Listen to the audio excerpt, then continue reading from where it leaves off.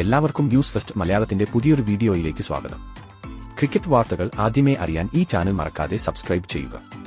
ഇന്നത്തെ വീഡിയോയിൽ നമ്മൾ നോക്കാൻ പോകുന്നത് ഇന്നലെ നടന്ന ഹൈദരാബാദ് ലക്നൌ മത്സരത്തിനിടെയും അതിനുശേഷവും നടന്ന ഒരു വലിയ വിവാദത്തെക്കുറിച്ചാണ്.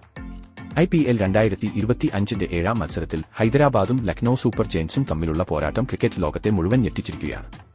ഹൈദരാബാദിലെ തങ്ങളുടെ ഹോം ഗ്രൗണ്ടിൽ സൺറൈസേഴ്സ് ടീം മികച്ച ബാറ്റിംഗ് പ്രകടനം പുറത്തെടുത്ത് 20 ഓവറിൽ 190 റൺസ് എന്ന ഭീകര ലക്ഷ്യം ഉയർത്തിയപ്പോൾ ആരാധകർക്ക് ടീമിനായി വലിയ പ്രതീക്ഷയായിരുന്നു.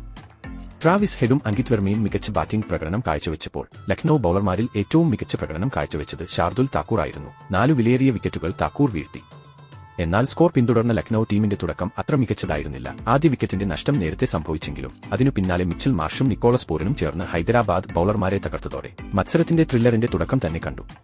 പൂരൻ വെറും 18 പന്തിൽ അർദ്ധശതകം നേടി. അതേസമയം മിച്ചൽ മാർഷും മികച്ച ബാറ്റിംഗ് പ്രകടനം കാഴ്ചവെച്ചു.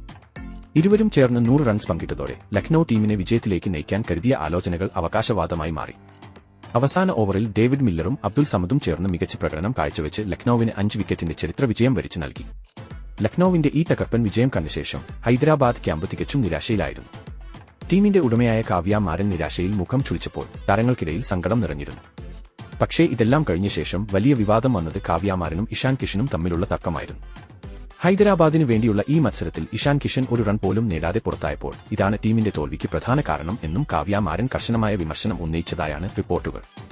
മത്സരശേഷം ഇഷാനെ നേരിട്ട് വിളിച്ചുവരുത്തി കാവ്യ മാരൻ സംസാരിച്ചപ്പോൾ അവരോട് വളരെ തീവ്രമായ ഭാഷയിലാണ് ഇഷാൻ സംസാരിച്ചതെന്നാണ് ഇപ്പോൾ റിപ്പോർട്ടുകൾ പുറത്തുവരുന്നത്.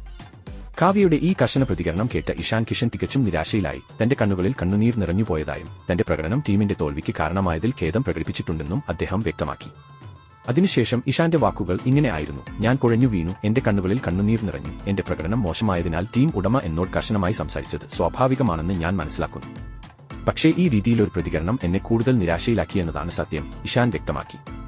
ഇഷാനെതിരെ കാവ്യ നടത്തിയ വിമർശനം ക്രിക്കറ്റ് ലോകത്ത് വലിയ ചർച്ചയായി മാറിയിരിക്കുകയാണ്. ചിലർ കാവ്യയുടെ നടപടി ശരിയായിരുന്നെന്ന് പറയുമ്പോൾ മറ്റു ചിലർ ഒരു ടീമിന്റെ ഉടമയും താരവും തമ്മിലുള്ള ഇത്തരമൊരു പ്രതികരണം പരസ്യമായി കാണിക്കേണ്ടതില്ലെന്നും പറയുന്നു. അതേസമയം ഇഷാൻ കിഷൻ അടുത്ത മത്സരത്തിൽ മികച്ച തിരിച്ചുവരവ് നടത്തുമെന്നും ടീമിന് വേണ്ടി മികച്ച പ്രകടനം കാഴ്ചവെക്കുമെന്നും ഉറപ്പു നൽകി. എന്തായാലും കാത്തിരിക്കാം വരും മത്സരങ്ങൾക്കായി. ഇതിനെപ്പറ്റിയുള്ള നിങ്ങളുടെ അഭിപ്രായങ്ങൾ താഴെ കമന്റ് ചെയ്യുക. കൂടാതെ ഏറ്റവും പുതിയ ക്രിക്കറ്റ് വാർത്തകൾക്കും IPL അപ്ഡേറ്റുകൾക്കും ഈ ചാനൽ മറക്കാതെ സബ്സ്ക്രൈബ് ചെയ്യുക.